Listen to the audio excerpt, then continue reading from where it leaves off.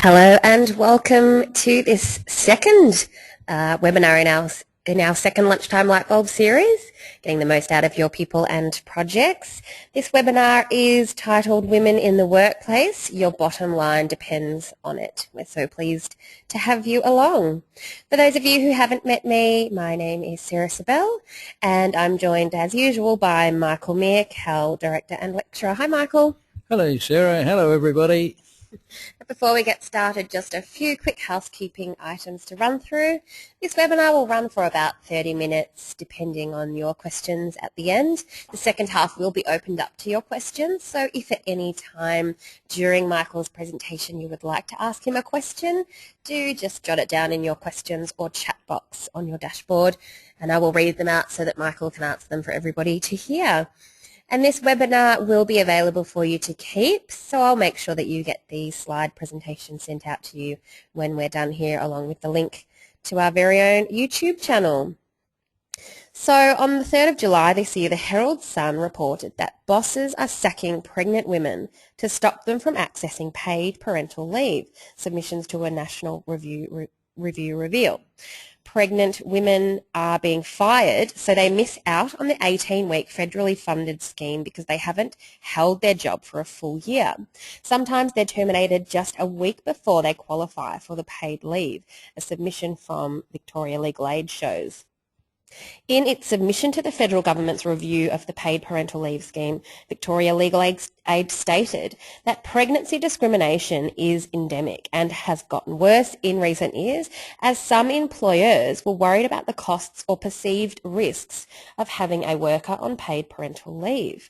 JobWatch, the Victorian Workers Legal Centre, said it had received about 6,000 complaints about pregnancy discrimination in the past decade. According to JobWatch, complaints had doubled in percentage terms in the past 10 years.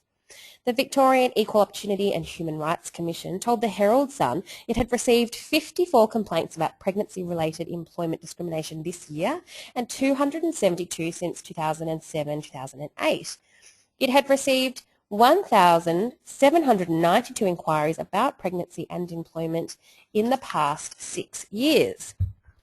Further to their earlier article, on July 29th, the Herald Sun ran another article entitled More Pay for Men, Women Miss Out on $165 a Week Thanks to Gender Pay Gap. And this article provided some ugly statistics. Women were paid $165 a week less across all industries. Where there were more women than men, there is still a $151 pay difference, and where men dominate, the gap is $283. The disparity is widespread. Machine operators and drivers, $283. Community service, $275. Technicians, $250. Childcare, primary teaching and nursing, $151. And sales, $200. Now this combined with the pregnancy issue is surely something to think about. After reading that grim news, it would be easy to believe that women are only in the workforce to save costs. Surely this isn't the case, Michael. Sarah, no, the answer to that's no. Excellent, that's good news. Before you get started, Michael, I'm just going to run a quick poll here so we can see who we have in the room with us. So on your screen in just a second, you will see the question, how often have you experienced discrimination against women in the workplace? With your options there, never, once, a few times, or frequently. When you're ready, pop in your votes.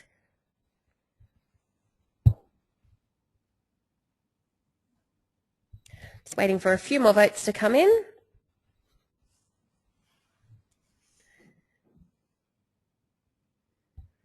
Good to see. We've got never, actually, is the main answer there, Michael, which is really terrific. I think that's terrific, Sarah. It's not it's not a common statistic, but that's terrific for the people who are listening, and if that's in their workplace, well done them. Well, Michael, if women are not just in the workplace to save costs, then why is there this gap? Sarah, I think we can handle and answer that question in today's topic by working through this agenda. Look, we'll look at firstly gender discrimination? Is it real in the first place? Secondly, then why women are good for business. Thirdly, the Workforce Gender Act of 2012. And then once we've covered these 3 points, we'll finish, of course, with your questions. Sounds good, Michael. Let's get going then with the first topic on the agenda. Gender discrimination, is it real? Sadly, Sarah, yes.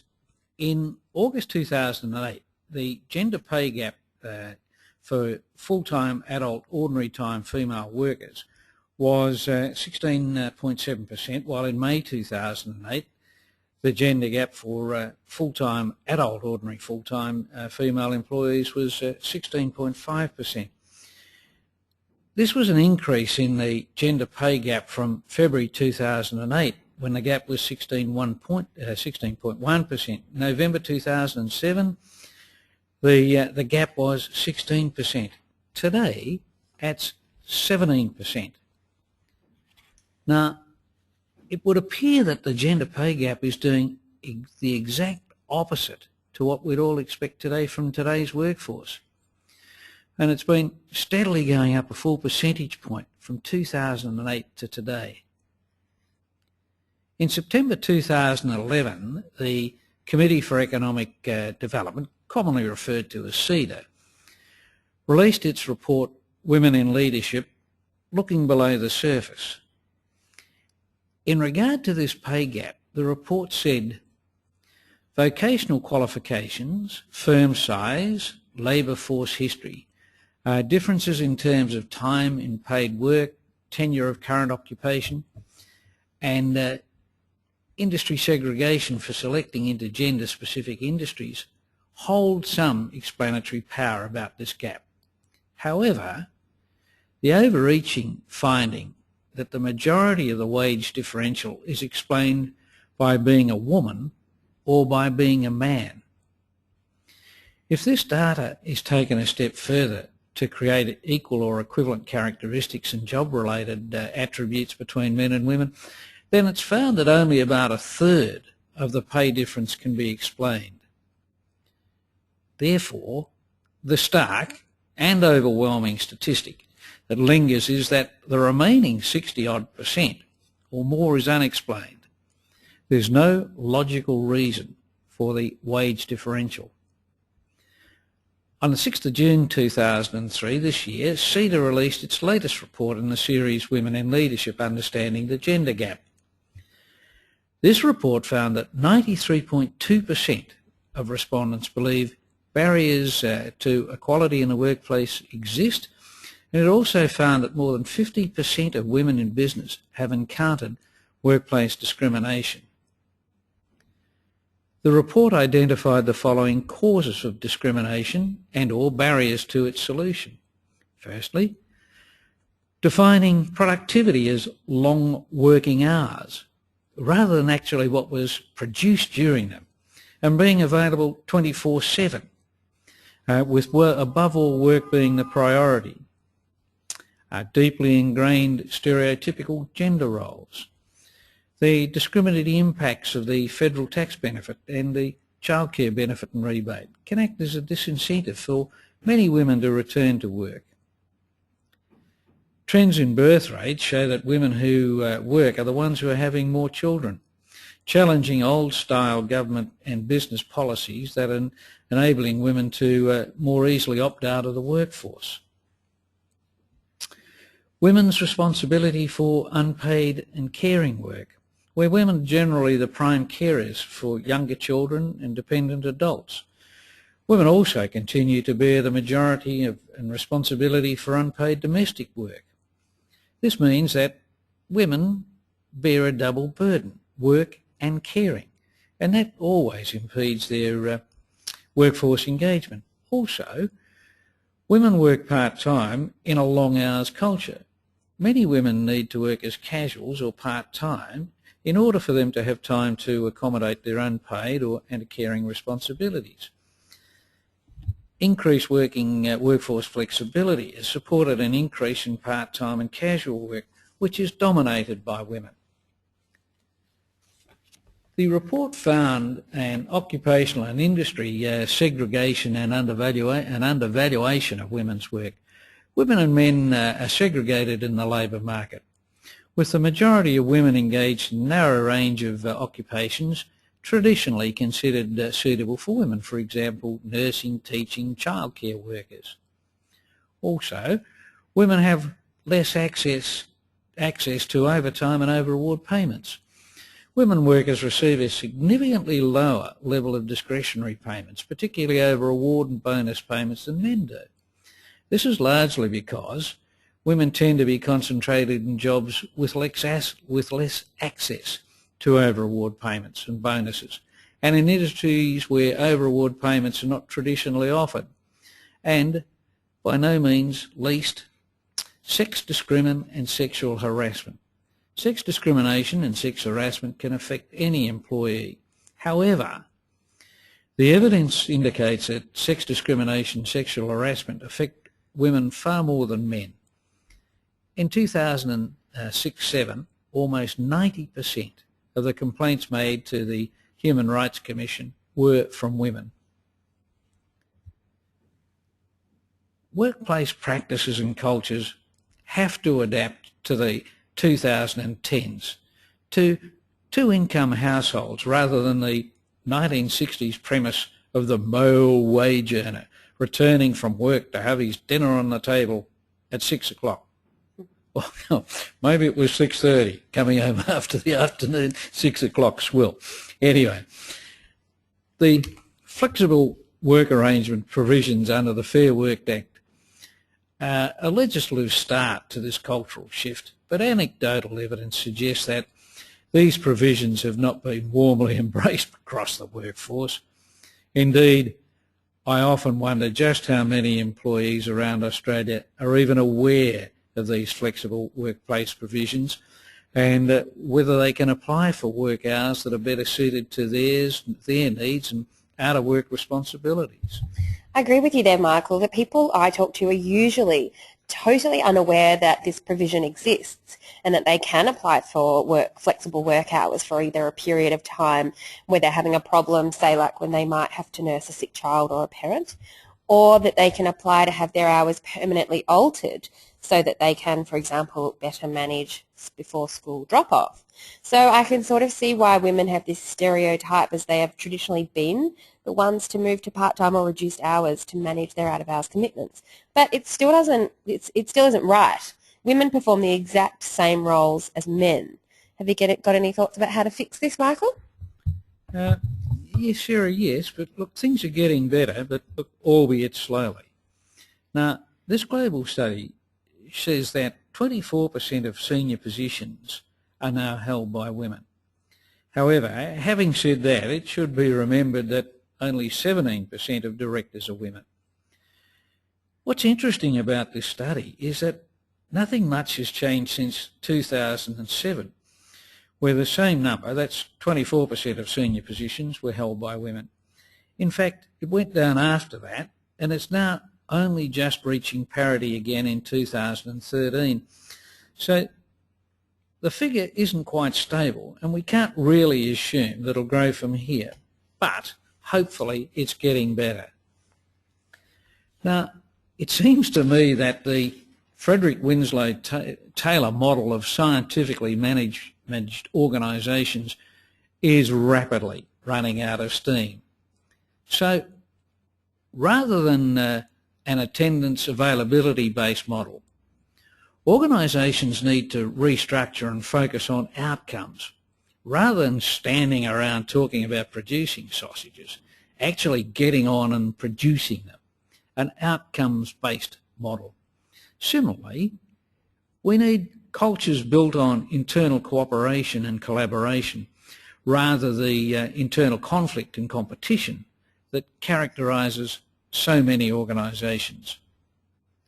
In fact, we also need a network-based structure where the go-to people are the linchpins rather than the old and tired but still so often used command and control hierarchical structure.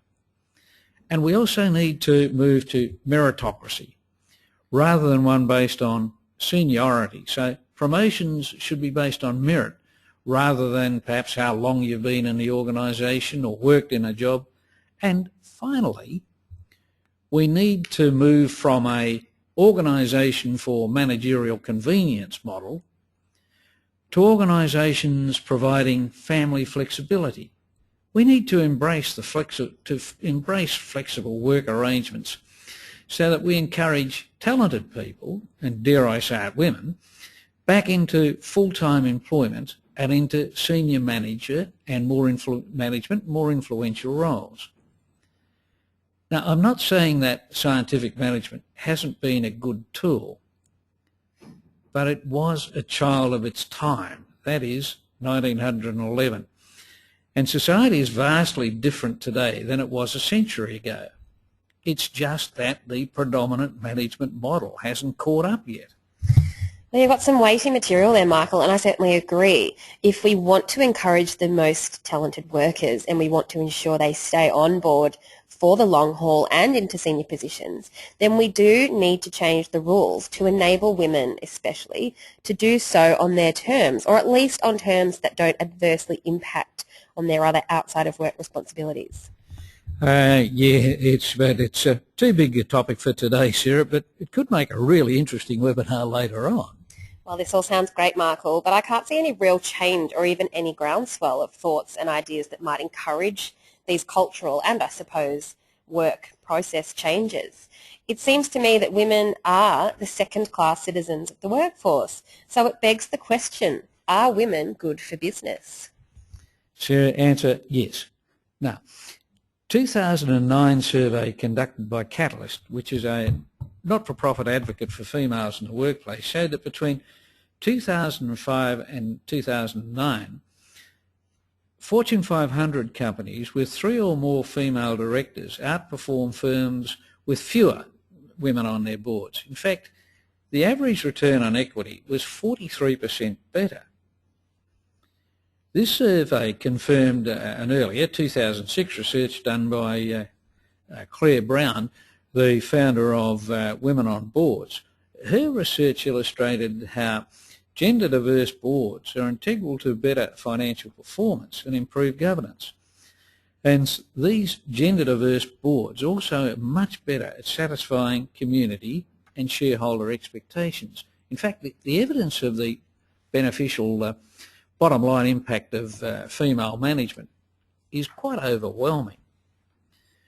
It was back in 2007 when Catalyst first found the link between female board directors and corporate performance in its seminal report, The Bottom Line, Corporate Performance and Women Representation on Boards.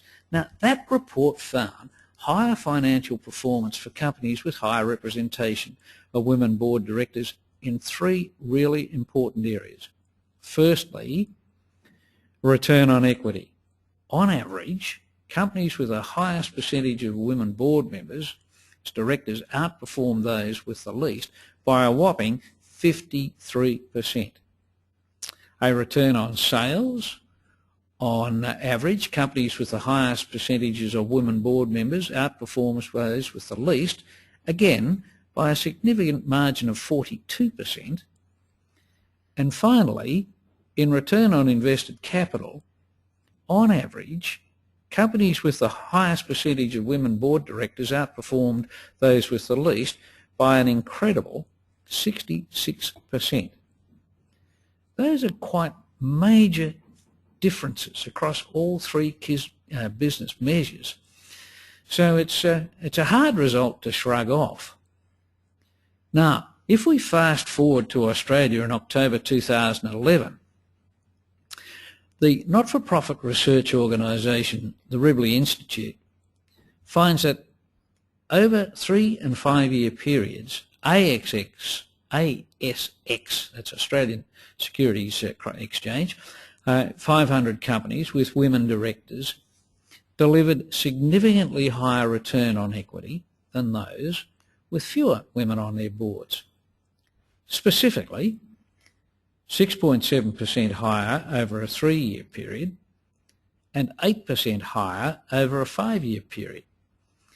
In between 2004 and 11, there are a number of significant studies and reports successfully prosecuting the business case for recruiting and retaining women into senior leadership roles and onto boards. In particular, the global consulting firm McKinsey & Co. made a very strong case for diversity in its Women Matter series as follows. Let's have a look at it. 2007, they demonstrated a link between a company's performance and the proportion of women serving in its governing body. 2008, they identified the reasons for this performance effect by examining the leadership styles that women leaders particularly adopt. 2009, they surveyed 800 business leaders worldwide, which confirmed that certain leadership behaviours typically adopted by women are critical to perform well in a post-crisis world. And in 2010, they provide a focused analysis on how to achieve gender diversity at the top management level. The London Stock Exchange, the FTSE, 2011 report on women on boards found that women directors enhance board independence. Better decision making is assumed to occur as a result of having directors having a range of experiences and backgrounds. Women take their non-executive director roles far more seriously, preparing more conscientiously for meetings, and women ask the awkward questions more often. Decisions are less likely to be nodded through and are more likely therefore to be better. In Australia, Tim Toohey, the chief economist at the then Goldman Sachs JB Ware, wrote a report in late 2009 which stated that closing the gap between male and female employment rates would boost the level of Australian GDP by 11%. The report, Australia's hidden resource, the economic case for increasing female participation, outlined the steady decline in Australia's labour productivity growth and advocated that an alternate source of highly educated labour is already available at Australia's disposal. And with the right set of policy options, this pool of labour can be unlocked. Now, what he was referring there to, of course, increased female participation in the workforce. Now, this is really quite an amazing statement made by the chief economist, that we could increase GDP by 11%. That's a massive figure. The reality is that economic growth is being driven by the world's women, who will collectively earn $18 trillion by 2014, are a dominant force in the rapidly rising middle class in emerging economies. Following the GFC, greater percentages of women have taken jobs in high-growth services sector, as male-dominated manufacturing and other manual work have declined. The clear message has been that if governments and businesses want productivity and growth, then they should be throwing social infrastructure at the parents, and that's both sectors, to keep them in work. These are really quite incredible findings, Michael, but from my perspective here on the ground, nothing much seems to have changed. So is anything happening? Sarah, once again, you're right. Despite the overwhelming body of evidence that of having women on boards, in leadership teams, and just in the workforce is generally good for business, frankly, Australia has been very slow to act. It took the inclusion of diversity measures in the ASX Corporate Governance Council Principles and Guidelines in 2009 to see any real movement from listed companies in terms of women in their boards. Following the adoption of those principles and guidelines, 59 directors' positions were held by women by 2010, compared with just 10 the previous year. In a survey of 1,080 women on board members conducted in September 2011, more than 70% that believe that changes to Principle 3 in the ASX guidelines had driven the increase in number of women on boards. The factors that seem to be driving the increase in numbers are the business benefits of diversity, and that's increased awareness, 43% there. Change lines to ASX guidelines and public reportings, now that's a 73%. Advocacy, that's women on boards and others, that's 56%, and the others are 9%. Now, you might argue that most of this research was conducted around women on board, so perhaps not quite as relevant to more general leadership and management positions, but the overwhelming research supports the positive aspect of women in all roles.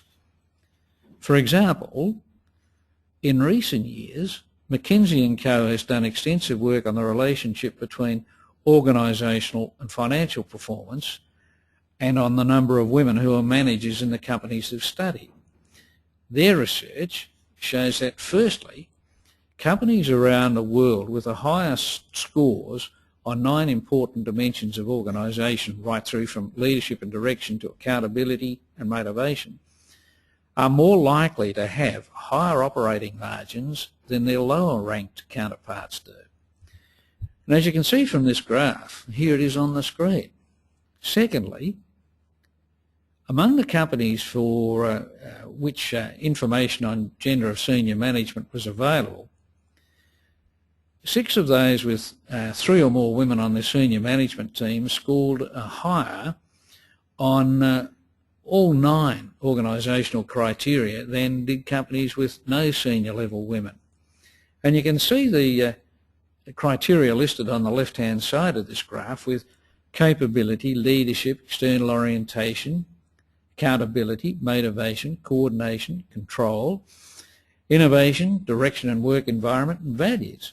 So, frankly, women have a positive influence on all these criteria.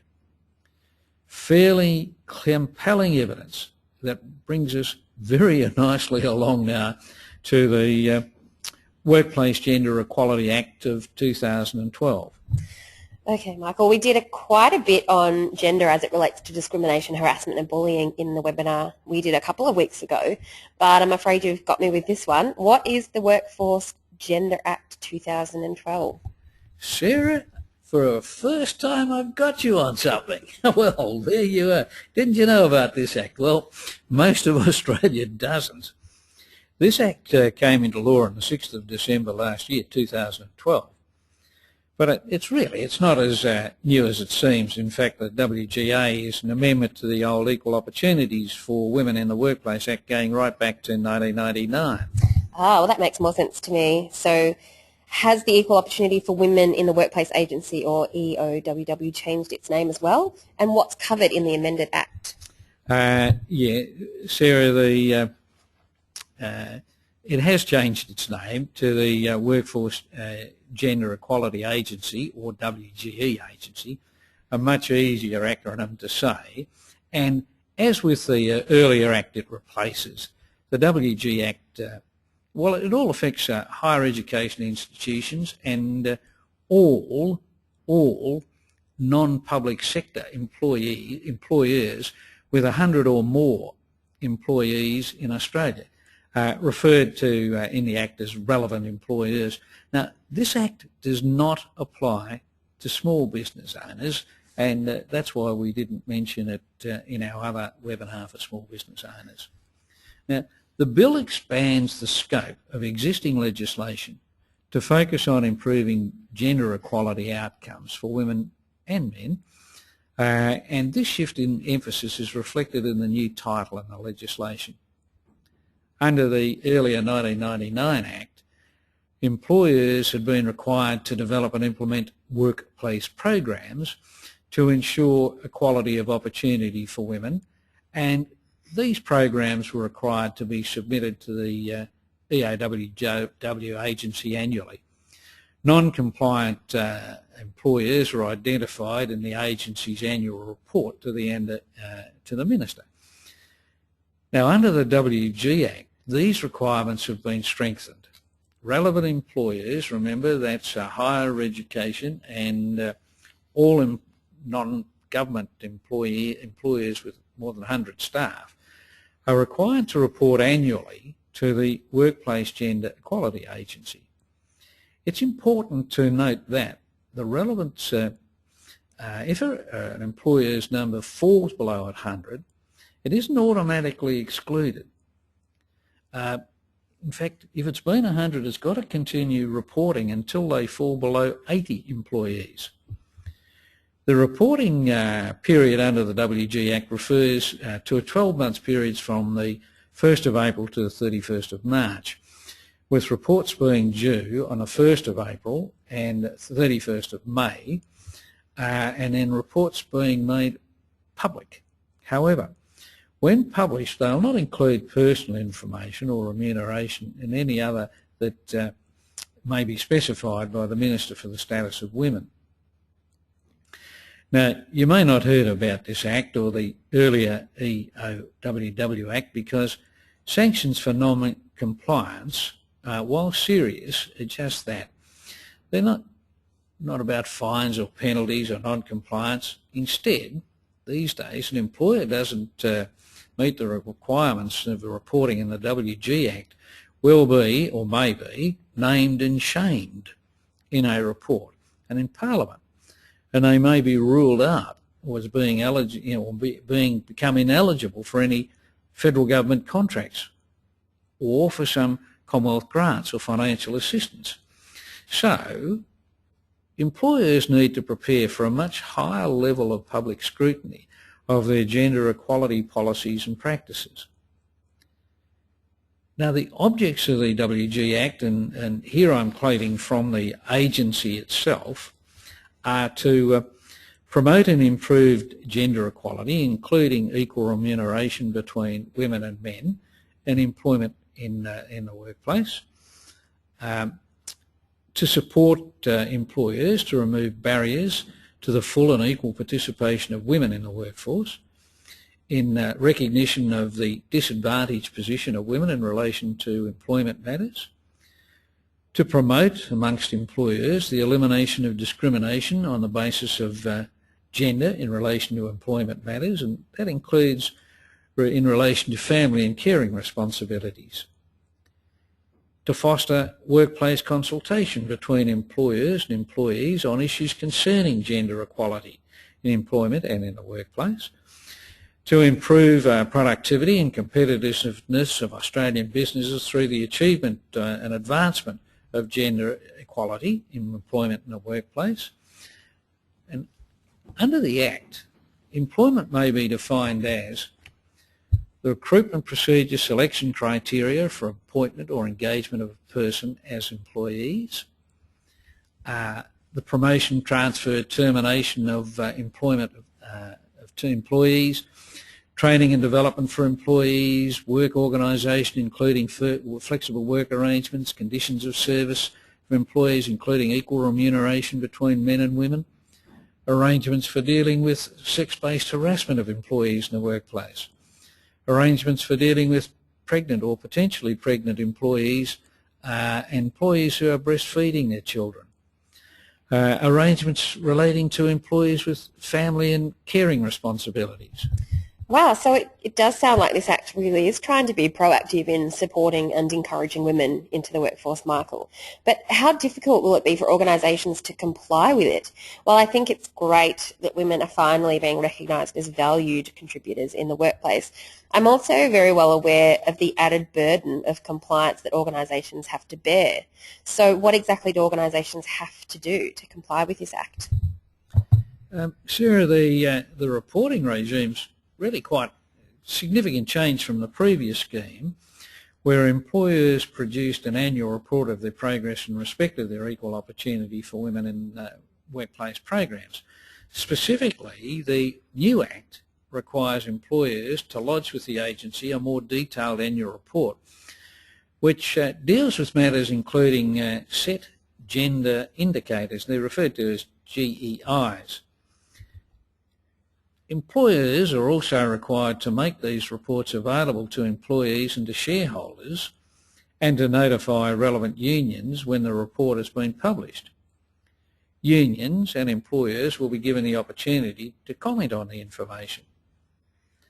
Under the Act, 5 gender equality indicators, GEIs, are defined to include gender composition of the workforce, gender composition of governing bodies of relevant employees, equal remuneration between women and men, the availability and utility of employment terms, conditions and practices relating to flexible work arrangements for employees, and work arrangements supporting employees with family and carer responsibilities, and consultation with employees on issues concerning gender equality in the workplace, and any other matter specified by the Minister for the Status of Women. So, under the new arrangements, the reporting seeks further information from the employer than previously, and it will also consider comments made by employees and unions. Employers governed by the newer legislation will also need to integrate the new gender equality indicators into their policies and reporting mechanisms, consider their organisation's progress in relation to gender equality indicators with specific focus on pay equality, gender equality in workforce composition and leadership, and flexible work arrangements, and also to prepare to disclose their report not only to the agency but also to employees, relevant unions and shareholders for discussion and consultation. The consequences for non-compliance remain largely the same. The agency may name a non-compliant employer in a report to the Minister, or by electronic or any other means. Non-compliant employers may not be able to or eligible to tender for contracts under the Commonwealth and some state procurement frameworks, and may not be eligible for some Commonwealth grants or other financial assistance.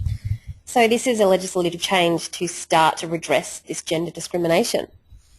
Yeah, Sarah, and to be sure that they do comply, employers should make sure they really have addressed the points I raised above.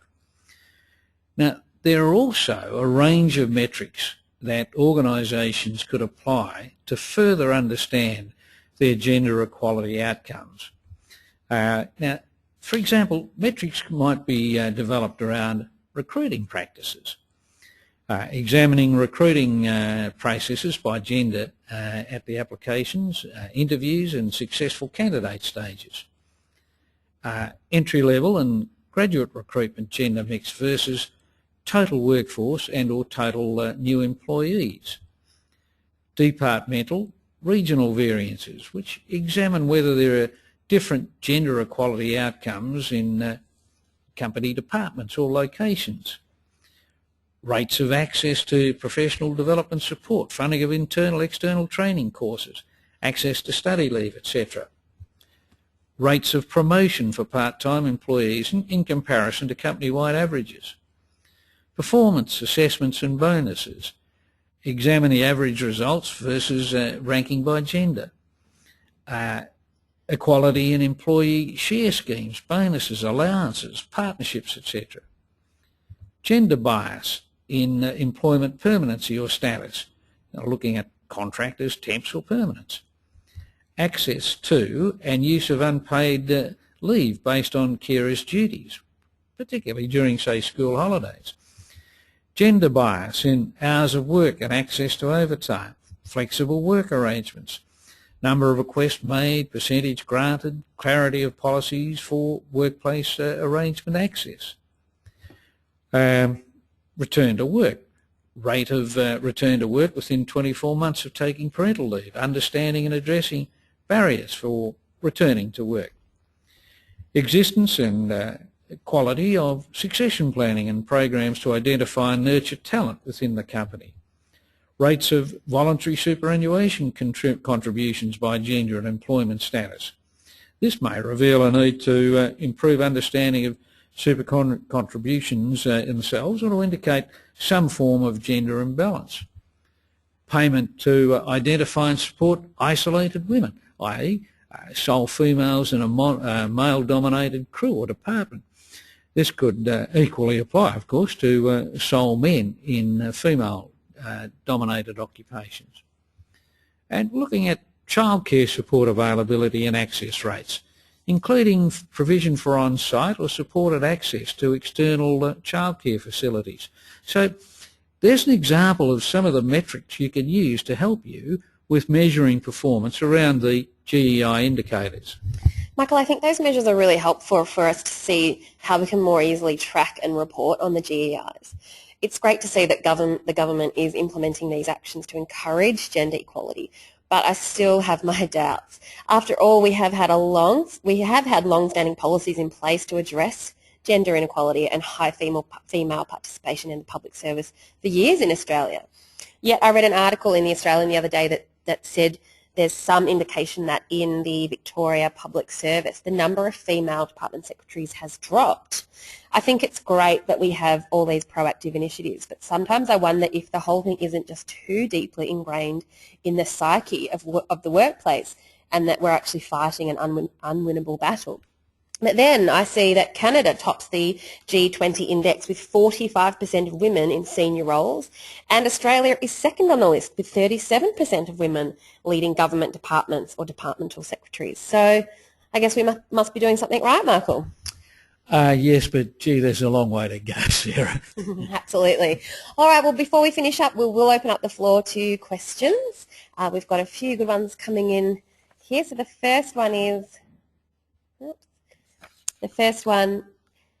I read somewhere that women are less willing to take risks than men. Do you think this might impact on the lesser numbers in executive ranks? Well, perhaps the reports and the dollars figures suggest that it's not a matter of avoiding risks, but maybe women are much better at managing risks. Maybe that's what they do that's far better. Next one is, Michael, you mentioned that business has to move to a, what was that word? A meritocracy. Meritocracy system. Gosh, it's Friday, isn't it? Of promotions. It seems to me that this system would benefit women who tend to just put their head down and work hard. But I wonder whether this would have an adverse effect on men and equality more generally. Meritocracy is the way to go, Sarah, but there's an underlying problem in the notion of the question here. Women are different but equal, but remember we're having a prejudiced view of the world here of different but unequal. We really need a view of the world where women are different but equal. Okay, do you think the proposed new pregnancy legislation will have an effect on the number of women employed in Australia? Yeah, I do, and I think it'll be terrific, particularly in terms of female retention in the workplace and the cost savings involved in that. Okay, and do you think quotas are just another form of inverted sexism or lack of equal opportunity? Remember, they are addressing sexism and lack of opportunity at the moment. In any change to occur, it has to change. Three things have to change for it to endure. It has to change at a personal level, has to change at an organisational level, and has to change at a legislative or community level. And therefore quotas are really important in making sure that change does actually occur and becomes entrenched. Okay, and I have another one, a final one here. Most retail sector companies still have the theory of paying people by the hour. So I need you here for 8 hours. And I will pay you. However, the challenge is most people could be more productive to do the work, produce the outcome required in only 6 hours, and manage school drop-offs. However, the company attitude that is that if you can do the work in 6 hours, we will only pay you for 6 hours work. Do you think this mindset will ever change? Big question, Sarah. We still tend to focus on attendance rather than outcomes. And I think this is a major shift that's got to occur now, where we move to an outcomes-based system, and that should be, if you can produce it in 8 hours, that's terrific. If you can produce it in 6 hours, then question would be then, is 8 hours the appropriate level to be paid at? And very often it is. A contract is a contract is a contract. If you can complete it quicker, then that's your good luck. Okay, and that wraps it up for today. Thank you everyone for your terrific questions, and thanks for joining us today. I hope you've enjoyed this webinar on women in the workforce, and we look forward to having you join us again soon. Don't forget to send us in your suggestions if you have any that you would like us to turn into a webinar. Our contact details are on the screen in front of you. As you can see, you can visit our website, send us through an email, call us up, like us on Facebook, and obviously you can watch this webinar and previous webinars on our YouTube channel.